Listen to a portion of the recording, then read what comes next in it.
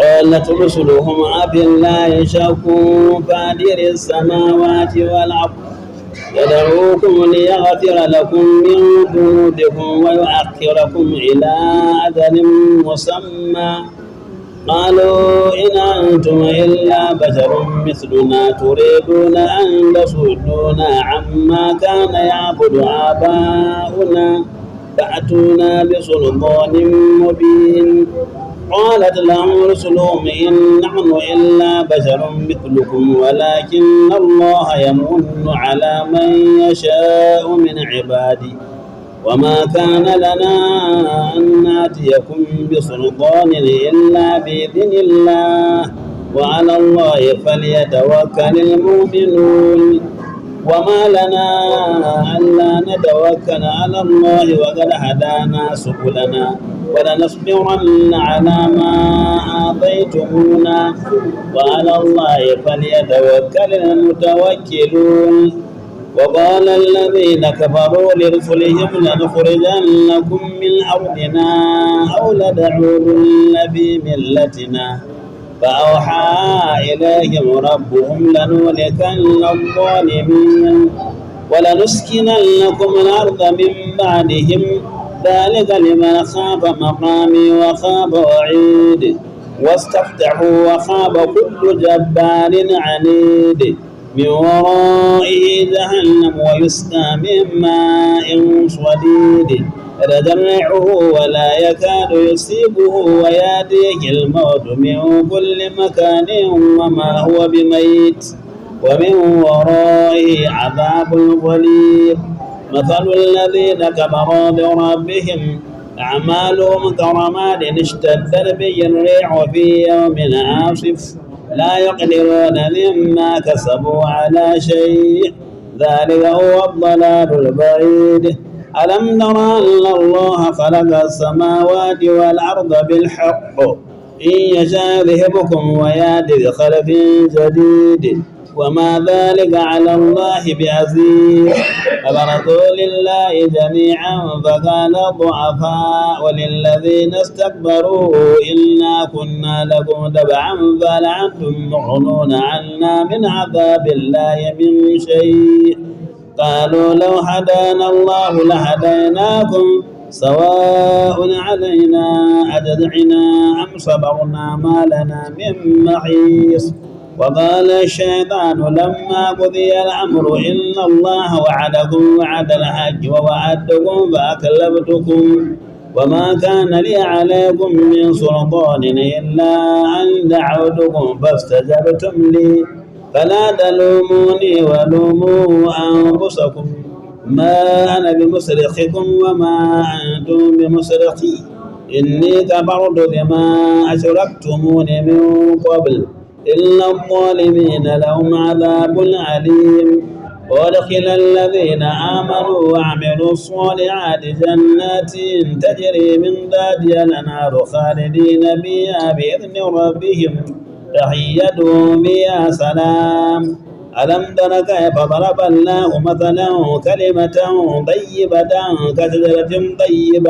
كشجرة طيبة أصلها ثابت وفرعها في السماء تؤتي أكلها كل حين بإذن ربها ويضرب الله الأمثال للناس لعلكم يتذكرون مثل كلمة خبيثة كشجرة خبيثة اجتثت من فوق الأرض ما لها من قرار يثبت الله الذين آمنوا بالقول الثابت في الحياة الدنيا وفي الآخرة ويذل الله الظالمين ويفعل الله ما يشاء ألم تر إلى الذين بدلوا نعمة الله كفرا وحلوا قومهم دار البوار جهنم يصلونها وبئس القرار وجعلوا لله أندادا ليضلوا عن سبيله قل تمتعوا فإن مصيركم إلى النار قل لعبادي الذين آمنوا يقيموا الصلاة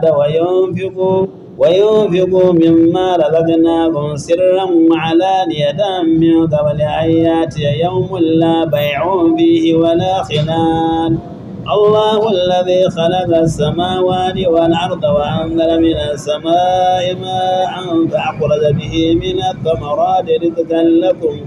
وسخر لكم الفلك لتجري بالبحر بأمره وسخر لكم الأنهار وسخر لكم الشمس والقمر دائبين وسخر لكم الليل والنهار وآتاكم من كل ما سألتموه وإن تعدوا نعمة الله لا تحصوها إن الإنسان لظلوم كفار وإذ قال إبراهيم رب اجعل هذا البلد آمنا واجنبني وبني أن نعبد الأصنام رب إنهن أضللن كثيرا من الناس فمن تبعني فإنه مني ومن عصاني فإنك غفور رحيم ربنا إني أسكنت من ذريتي بواد غير ذي زرع عند بيتك المحرم ربنا ليقيموا الصلاة فاجعل أفئدة من الناس تهوي إليهم وارزقهم من الثمرات لعلهم يشكرون ربنا إنك تعلم ما نخفي وما نعلن وما يخفى على الله من شيء في الأرض ولا في السماء الحمد لله الذي وهب لي على الكبر إسماعيل وإسحاق إن ربي لسميع الدعاء رب اجعلني مقيم الصلاة ومن ذريتي ربنا وتقبل دعاء ربنا اغفر لي ولوالدي وللمؤمنين يوم يقوم الحساب ولا تحسبن الله غافلا عما يعمل الظالمون إنما يؤخرهم ليوم تشخص فيه الأبصار مهطعين مقنعي رؤوسهم لا يرتد إليهم ضربهم وأفئدتهم هواء وأنذر الناس يوم يأتيهم العذاب فيقول الذين ظلموا ربنا أخرنا إلى أجل قريب نجب دعوتك ونتبع الرسل أولم تكونوا أقسمتم من قبل ما لكم من زوال وسكنتم بمساكن الذين ظلموا أنفسهم وتبين لكم كيف فعلنا بهم وضربنا لكم الأمثال وقد مكروا مكرهم وعند الله مكرهم وإن كان مكرهم لتزول منه الجبال فلا نحسبن الله مخلف وعده رسلا إن الله عزيز ذو انتقام يوم تبدل الأرض غير الأرض والسماوات وبرزوا لله الواحد القهار وترى المجرمين يومئذ مقرنين بالأصفاد سرابيلهم من قطران وتغشى وجوههم النار يجزي الله كل نفس ما كسبت إن الله سريع الحساب هذا بلاغ للناس ولينذروا به وليعلموا أنما هو إله واحد وليذكر أولو الألباب